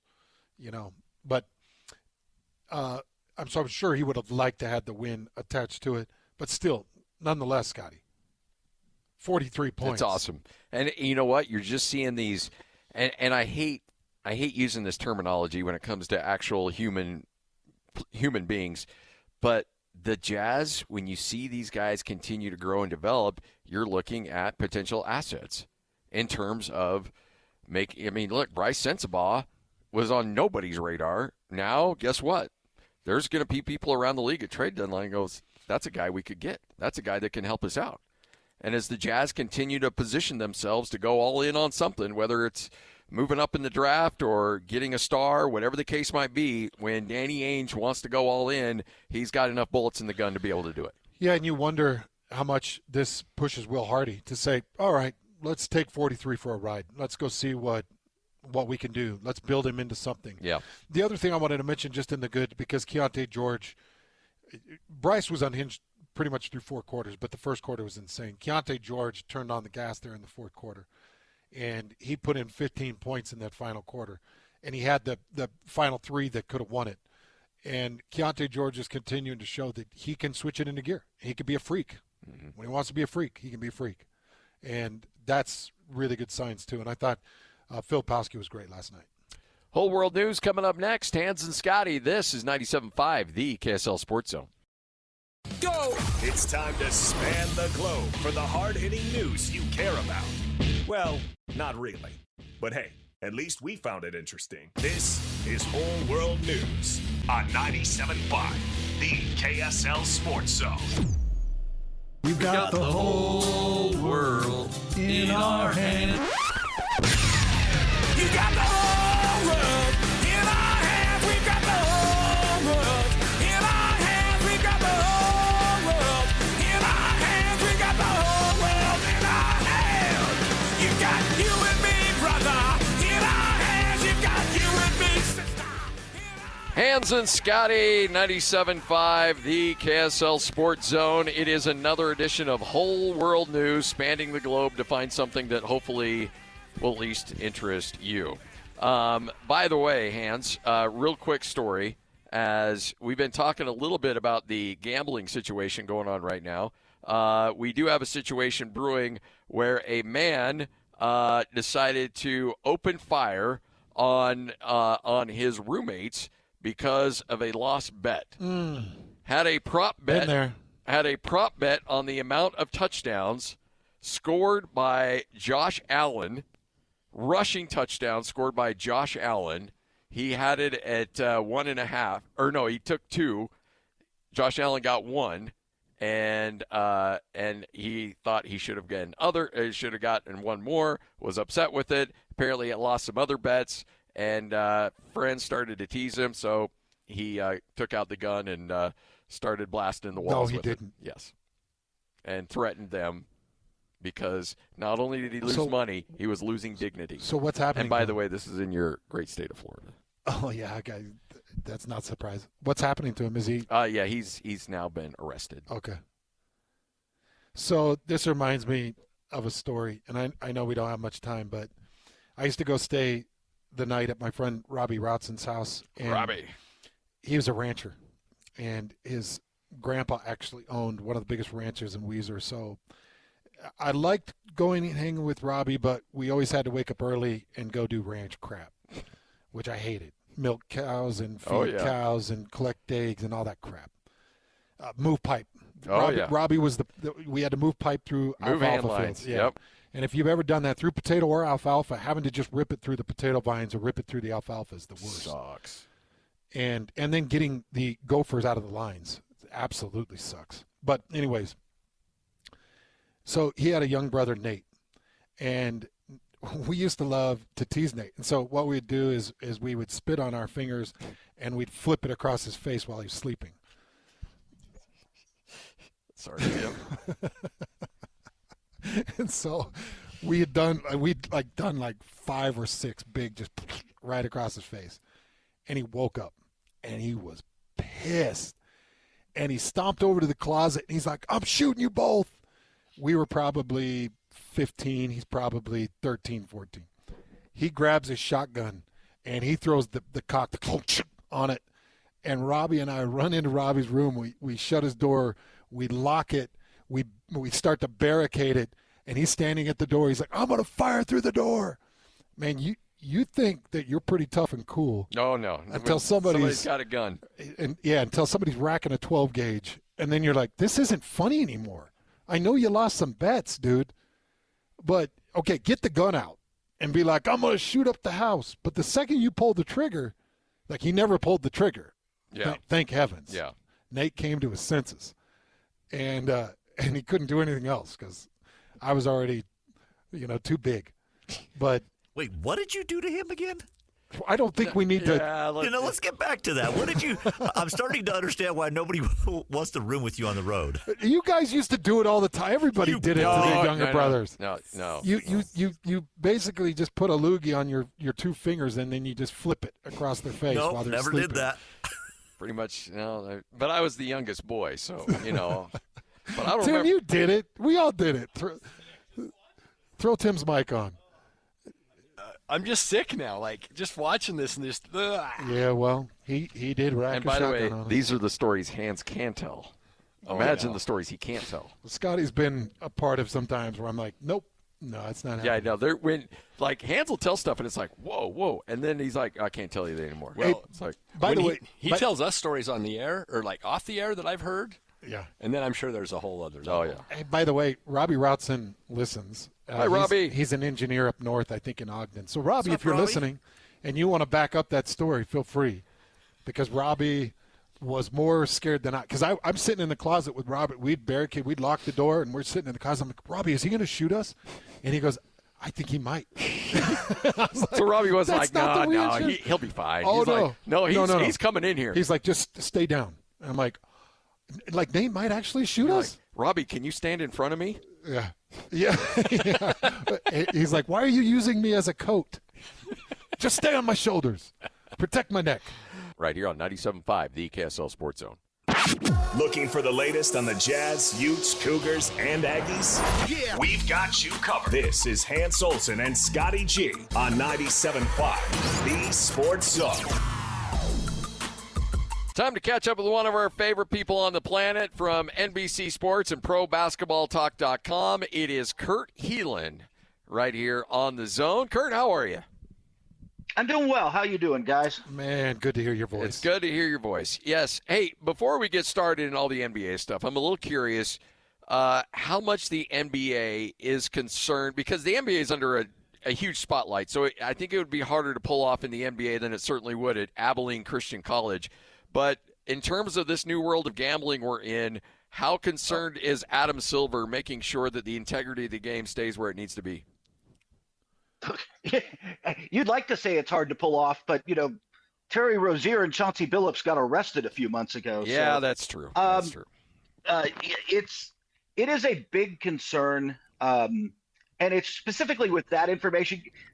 I think we've talked about this before. It's really difficult to get a player to throw a game in a position like the NBA players make so much money that unless let's put it this way, the players who could influence a game and actually throw a game, you couldn't buy. Like, that's just, the price would be too high. They're not going to do it. But the player prop thing is a real issue, as is, look, and we're getting into this time of year when teams are going to tank and guys are going to sit. And if you've got that inside information early and can get bets in on a team or they're going to be resting these guys, or a player prop, where somebody's kind of injured and not playing or is going to take themselves out, which is allegedly what happened with Rozier. That's a real issue, and it's a real concern for the league, who is especially prop bets. They're trying to get that stuff, trying to get prop bets reduced, but in a world with those prediction markets, good luck. I don't quite know how it's the Wild West. I'm not sure how you regulate any of it. All right, Kurt, help me understand this, because as we went through these 20 kids that have now been arrested and 39 that were involved, and the schools that they were playing for, it's not NIL schools. These aren't rich kids. They need the money. Even if it's 10 to 30,000, they need the money. Why would anybody in the NBA be a part of a point-shaving scheme when they're being paid millions? Yeah, exactly. Well, exactly. By the way, I could use $10,000. I don't have the influence to shave any points, but I think in the NBA, there's always greed. I don't think you can ever go bankrupt underestimating people's greed, or overestimating people's greed. There will be somebody who's willing to do it, and in some cases, as was alleged in some of the stuff that's gone on, these are relationships where long before this guy was an NBA player, they had a relationship with this person who went into gambling or organized crime or whatever. And so this relationship kind of previously existed, and it was more capitalizing on that than, somebody trying to approach Lauri Markkanen or something and trying to pitch this to them. I'm not sure that works really well, but there's always going to be guys with relationships or relationships that get built, and especially if said player likes to gamble a little. And it just, that's the concern, is that they see this as an easy way out to get some money, even if it should be pennies on what they're, Terry Rozier's making 20. Well, it's not making now because it's going into a trust account, but until this is decided, but who's going to make $23 million this year? I don't know. What are you doing? Yeah. Hey, when you're looking at the Jazz right now and you lose by 55 to Charlotte at home and then go and beat Cleveland on the road, What kind of Dr. Jekyll, Mr. Hyde are we working with here? Yeah, Utah and Cleveland are both Jekyll and Hyde this year. They're both fully capable of beating or losing to anyone. So that one was a little bit of a surprise. But I think part of it is like this is especially when Lauri Markkanen's playing, and I'm wondering if he sits, and I think somebody else has written about this, like he suddenly sits a game a week or something, right? Like he's going to miss some time. You don't want to if you're thinking about the lottery. But this team, when they put everybody out there, is capable of putting together a really good night. There is genuine talent on this roster with George and everybody else. And you can go out and win some games, and Will Hardy's going to have them playing hard. And so you get nights like that, especially now. We're in this weird, guys, and this happens later in the year too, like towards the end. But you're in this weird dog days thing where teams see the All-Star break in a few weeks, and everybody's legs are a little bit tired right now, and you just get some weird results. It's not just the Kings are on a 3-game winning streak. Weird stuff starts to happen, man. So, if I were to ask you who the player is that has the most points off the bench in a single quarter in NBA tracking history, could you name it for me, Kurt? Yeah, I can now because we were discussing it last night with Bryce Sensabaugh's hot first quarter last night. And by the way, I don't even know who he took that record from. I would have to go, but it was one of those things. Without going into it, like just for highlights and stuff. Now there's the joyous office Slack, but those office Slack conversations are a lot more fun when they're just about basketball. And so, yeah, there's one that kind of goes on every night, or is going on right now because of the game today. And we were all there was Bryce Sensabaugh watch was on, like, for the guys doing the highlight packages. So that was, but he's played well this year, but that was kind of insane. Mm-hmm. It seems like the Jazz are doing a good job of developing some pieces that if they need to go all in on something, that they have the assets, both with the picks and the players to do that. How much is this crazy class, though, of 2026, this draft class, are people really looking at, making sure that they're in the upper part of that draft to snag what could be, a generational type of talent? Tanking is going to become a discussion the second half of the NBA season. Like, it's one of those things that's the league is already like, already discussing how we can limit tanking. Like, can we tweak the lottery or do this? And that's a whole separate discussion that I'm not sure has great outcomes no matter what you do, but it's going to be a thing this year. You're already seeing it. We talked about Lauri maybe sitting some games because you don't want to win too much. The one to watch is Washington, where they traded for Trae Young, but gentlemen, Trae Young is a floor raiser. Trae Young will win you some games. Like he is an offense unto himself when he's hot, when he's hitting his shots and he's finding guys. He can make things happen, and the Wizards don't really want things to happen. So his calf contusion became now he's out past the All-Star break, and we'll see how. I don't know if he plays 10 games for the Wizards this year. I'll be shocked. They do not want to start winning a bunch of games because their pick is top 8 protected. They want to hold on to it. I think there's going to be a lot of that. I think you're going to see if Anthony Davis isn't traded, he's not going to play much. Like, there's a whole bunch of teams that are just going to start shutting guys down. Well, I mean, we can just say that any time of the year with Anthony Davis, and you'd be accurate. Well, that's true. That is fair.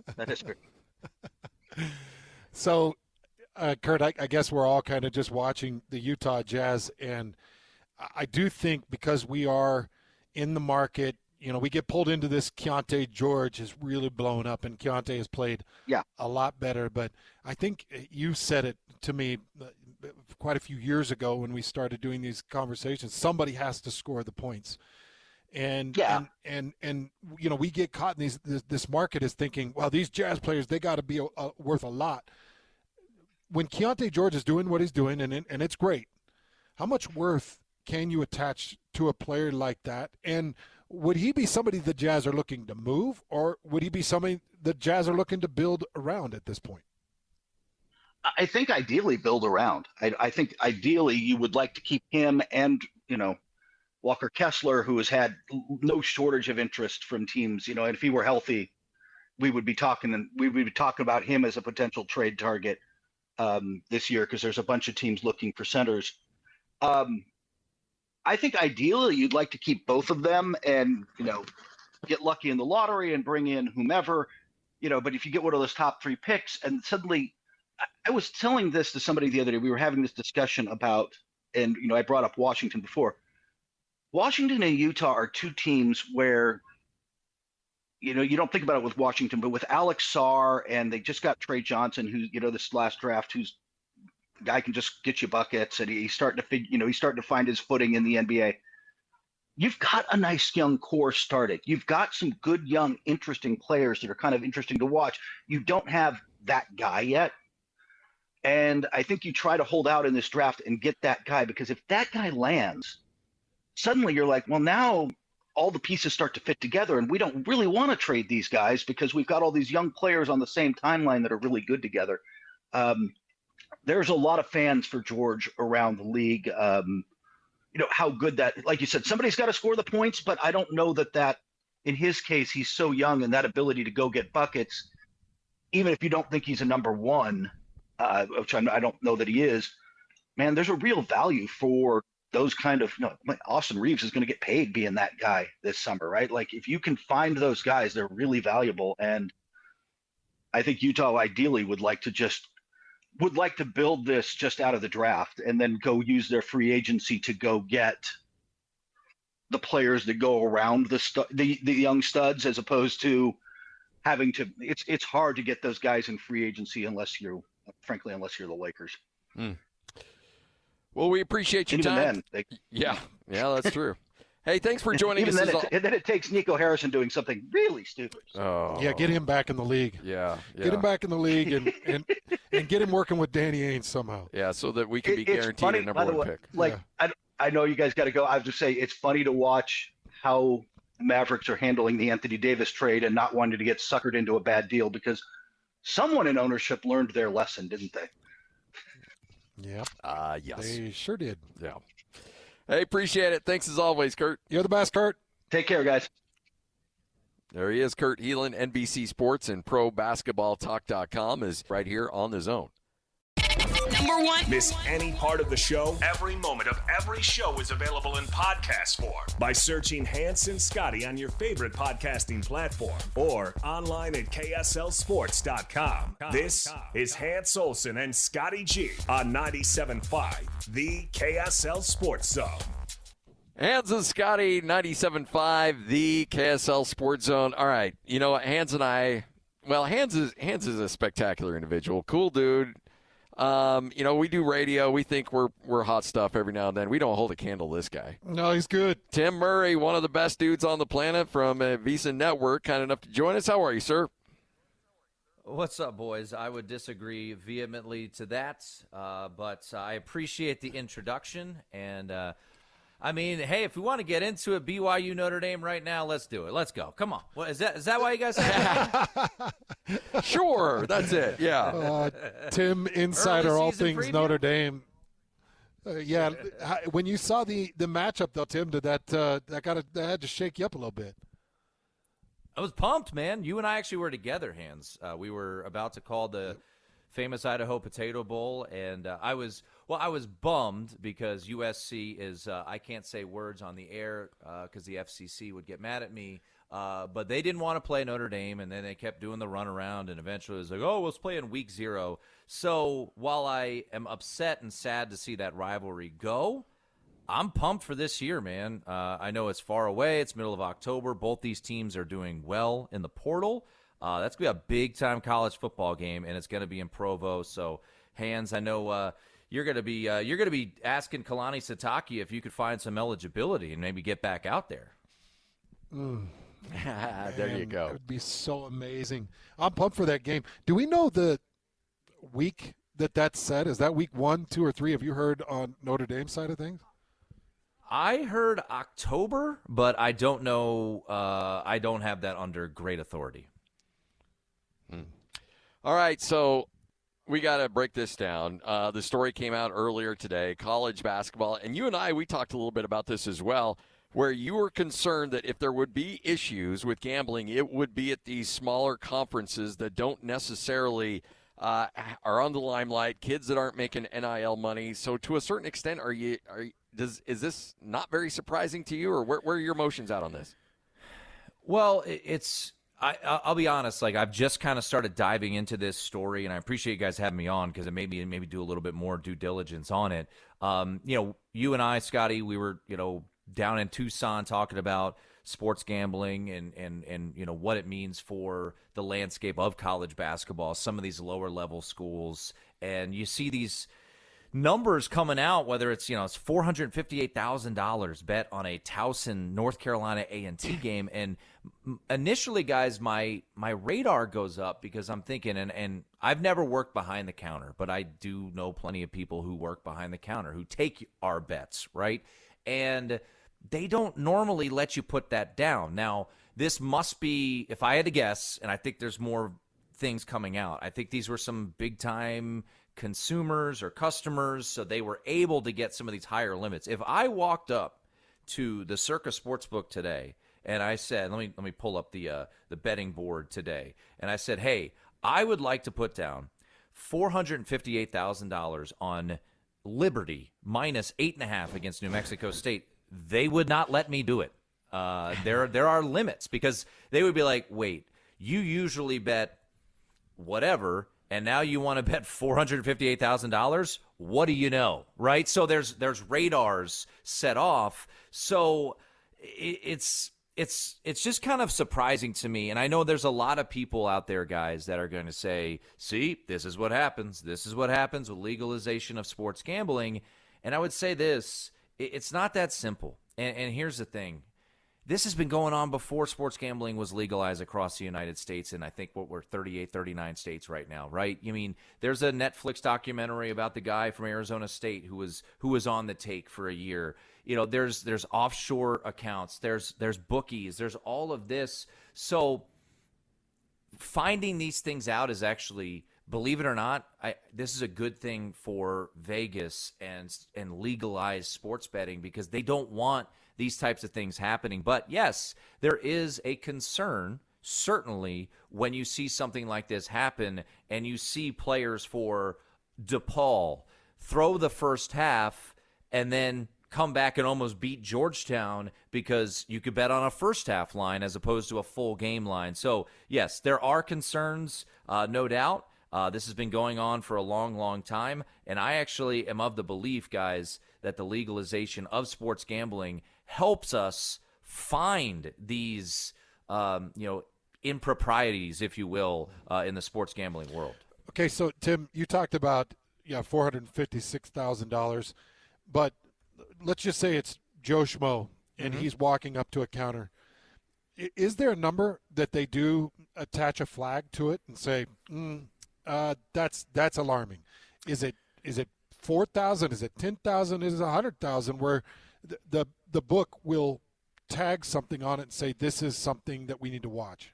So I don't know the exact number, Hans. That's the question, right? If it's an NFL game, and you'll see, my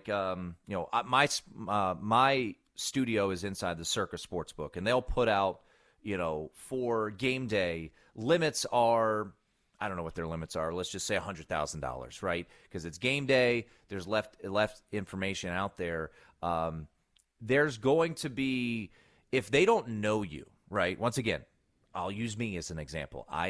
They know me because I work at VSiN. They don't know me because I'm a sharp bettor and come in and I'm throwing down, $100 or, $120,000, right? So if you get someone kind of you don't know, they're going to be like, all right, should we accept this bet?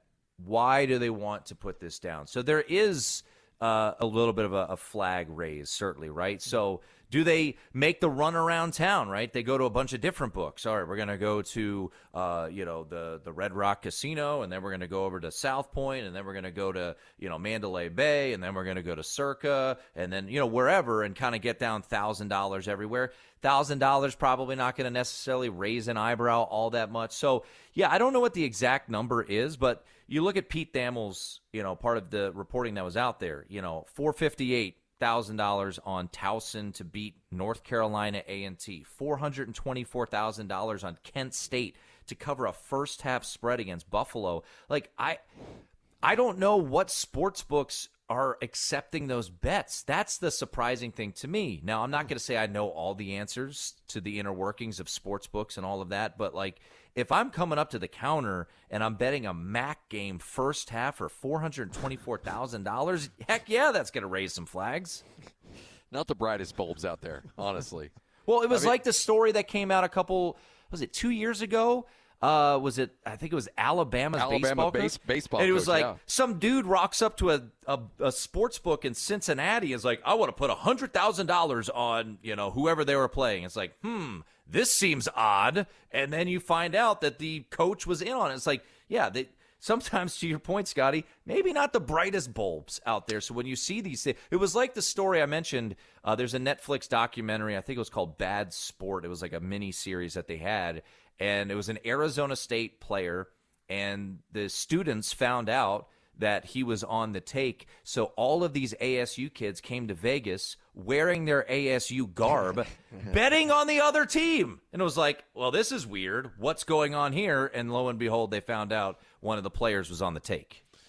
So I know, Tim, and people need to know out there that you played some college basketball. I think, was it D2, D3 basketball? Yeah, D3. Okay, so, under the radar basketball, but you were around teammates. You were in need of money. You had coaches that were probably watching you pretty close. Could somebody on your team have gotten away with it if they were taking a $30,000 scrape? And knowing what you know about 19, 20-year-old kids, Sure. how much they talk and how close you are in a locker room through camp and how coaches oversee, would somebody spot it? Would that kid be able to keep his mouth shut, or would you see, hey, this guy's got some Louis Vuitton on him here, and you just pick up on it? All right, can I tell a little fun story here? Just a quick side. So I played Division III basketball. I don't think there were point spreads on our games, and I wasn't good enough to influence any lines. I wish I was, but when you're the backup center playing like 12 minutes a game, I don't know if you could really affect the point spread, if there were even. But you mentioned money. When we would come back from Christmas break, we were on campus, and the cafeteria wasn't open. So our per diem per day was $17. but our coach made us bring the receipts. So let's say we all got together and we said, let's go buy 4 pounds of ground beef and some French fries, and let's cook them at our house, and it costs $40. Well, guess what? He would give us $10 each. He would not give us the full 17. Wow. And don't worry, if we had a team meal, which was always at Perkins, we didn't get the full $17 a day. So I thought that was the life we lived playing Division III basketball. All for the love, baby. But yeah, to your point, Hans, like, I don't know. Things are different now. Players are getting paid, and they're getting paid significant amounts of money, as we're hearing right now. But you could always want more money, right? And you hear about these guys in the lower levels. They're not making what AJ DeBanza's making or any of these other guys are making, right? They're not making 6 or 7 figures. So, yeah, that's something that you have to keep a close eye on. And that's why – so I forget the name of the company. So I used to do work with a gentleman who ran a company that essentially his job, and he partnered up with a bunch of conferences – I believe the company was called U.S. Integrity, and they just watched for improprieties in the market. Hey, okay, why is this number moving 4 points? Because the bettors always know. And I'll give you an example. It was a year or two ago, and we had a college basketball handicapper on our program. His name is Jim Root, does an awesome job for the 3-man weave. And he comes on, he goes, hey, guys, just something to keep an eye on here. The Temple game tonight has moved like 7 points, and there's been no pushback. So what I mean by that is let's look at Miami, Indiana on Monday night for the national championship. The point spread's right now 8.5.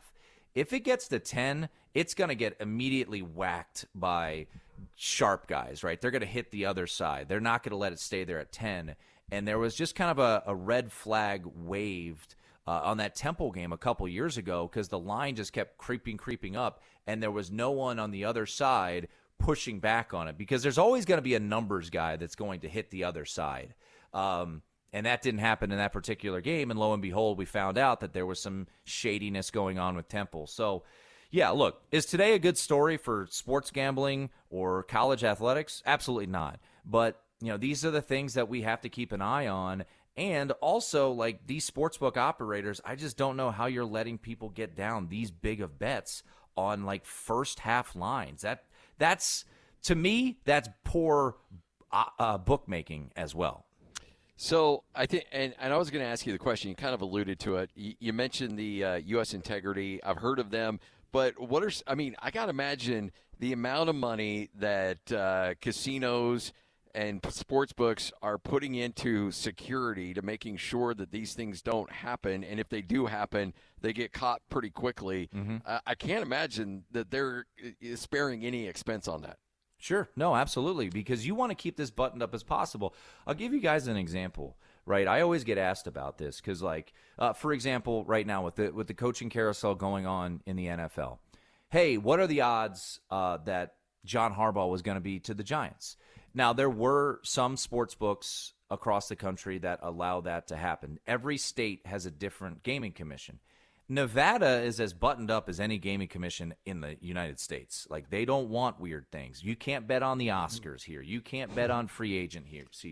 You can't bet on a lot of things here because they are worried about someone knowing the inside information, right? So, like, something like who's going to be the next head coach of the Dolphins, right?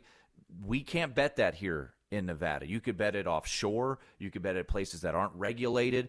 So that's something to kind of point out there. But to your point, Scotty, about how this is going to be policed, yeah, I mean, they don't want things like this to happen.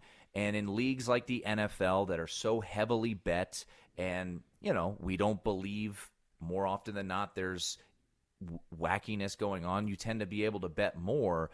But I'm going to do my due diligence today. I'm going to ask a couple people. We actually have Derek Stevens, the owner of Circa, coming on VSiN tonight, so I might ask him this because, like, if someone came up to their counter, like I said, and said, hey, I would like to put $155,000 down on tonight's first half of the San Diego game, you'd be like, what? No. Like, what do you know? I will give you $1,000. Like, it's like, yeah. So that's just the amount of money that's being thrown out there. It's like those stories you'll see during the Super Bowl where people be like, oh man, this guy won $1 million on the Gatorade color. I'm like, no, he didn't. Like, show me the ticket slip. He did not. Like, a lot of these, Gatorade color, first song of the halftime show, those are all offshore, unregulated sports books, and they do a lot of it, to be honest, to get publicity. You can't usually get a ton of money down on those markets, right? So if you see, this guy won $1 million because he was tipped off that the Gatorade color was going to be purple. It's like, can I see the ticket slip? Let me see him cash out, right? Like, I'll believe it when I see it. So that's what some of those things sometimes are a little bit overblown, more for the clicks. Tim, do wise guys still exist in Vegas? Do people Absolutely. still get hands cracked, kneecaps? Does that still happen in Vegas? I haven't yet. I still got my knees. They're healthy. But no, what we call wise guys are sharp bettors. They're absolutely are sharp bettors. And you'll hear people talk about it all the time. You know what's funny, guys, is if you listen to some of the odds makers out there, they'll tell you the answers to the test. Like, they'll come on and be like, hey, really sharp account that we respect was on this team at this number, we moved it. So when you see a number move on the board, a lot of the time, guys, it's because someone that they respect bet that side, right? They'll put out a number and then they'll let the professional bettors kind of shape the market where the numbers should ultimately get to. And a misconception a lot of the time is that sportsbooks want 50-50 action. That's not true. They don't mind taking a stance. Look, come Monday night, I'll tell you this. Sportsbooks across the country are going to be cheering for Miami to cover. Like, everybody right now is laying the points with Indiana. So if Indiana covers on Monday night, right now 8.5-point favorites, so if they win by 10, then it's going to be a situation where sportsbooks, the lights will still go on Tuesday. Don't worry about them. But they won't be happy. They will have lost money. So they will take stances, and they will go head-to-head with the public. They do it a lot, and more often than not, they win. and that's where you become like a contrarian bettor. That's honestly, guys, how I got into this, was like, if you fade the public. We just had the winner of Circa Millions. So I don't know if you guys are familiar with it. It's a pick'em contest every week for the NFL at Circa here in Vegas, and the winner of this entire pool gets $1 million. Jeez. And he came on my show last Saturday. He went 60, 29, and 1 for the NFL season. Is that spread or pick 'em? Spread. Oh. Whoa. 60, 29, and 1. Chris Coyne is his name. And I asked him kind of the method to his madness. He's like, to be honest, man, it's kind of simple. I just fade the public. Like, I just went in and figured out what they were all betting on and kind of picked the other side. It was a little bit more complicated than that. But yeah, I mean, you can see, like, we have a website over at VSiN.com. If you're curious, we have what's called betting splits. And I can tell you right now, DraftKings Sportsbook, which is a national sportsbook, I think they're in like 34 states. Right now, 77% of bets on the Indiana-Miami game are on Indiana.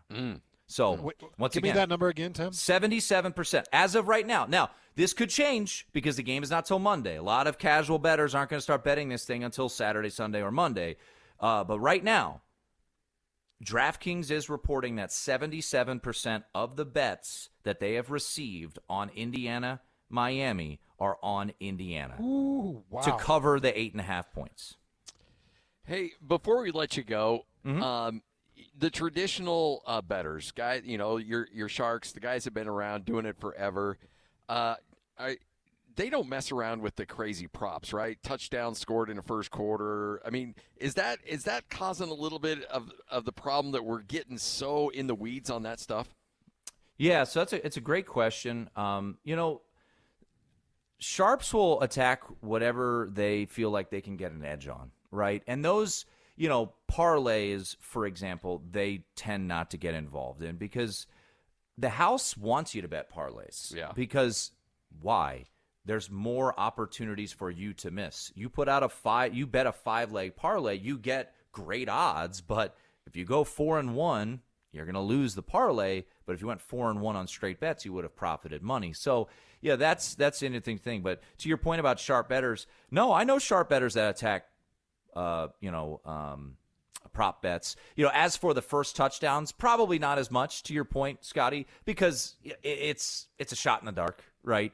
There are people who are very good at kind of predicting who could be the first touchdown player prop scorer. Like, we always mess around with it. Hey, let's put $5-10 on, this long shot to score the first touchdown or whatever it may be. But normally the wise guys aren't necessarily on that. But, there's different sharp accounts that will attack, different markets out there. So it's definitely growing from that standpoint. And, a lot of the fantasy football and fantasy basketball guys are now getting more involved in the player props because they actually do find that that's the edge to be had when it comes to sports betting. Look, the two biggest markets to bet into are the NFL and college football, and guess what? Those are the two hardest nuts to crack, if you will.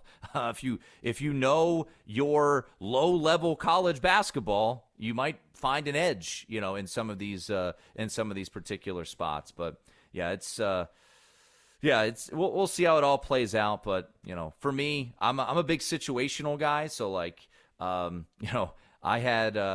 bet on Minnesota on, what was that, Tuesday night. They were a 2.5-point dog to Wisconsin, and Wisconsin buried a 3 at the buzzer to win 78-75. I was like, oh, fun. Sports gambling's fun. Tim, you're the best, man. Thanks for hanging out with us. Can't wait to chat with you that Notre Dame BYU week. Great stuff, All right. Tim. Hans, how's your guest room looking? Are you ready for a 6'6" ginger? You know, you are always welcome in the Olsen home. And all Notre Dame garb? Is that going to be allowed that week? Yeah, no, probably not. But you know what? We'll just go all black because it's neutral. So there you go. Just all black. We'll make sure you got the seats. We'll get you up in the booth. We'll have some fun. But I can't wait, man. It's going to be great. It's going to be awesome. Appreciate you guys having me on. And, yeah, we'll talk soon. There he is, Tim Murray, VSiN Network. Take a quick break. Wrap this thing up next. 97.5, the KSL Sports Zone.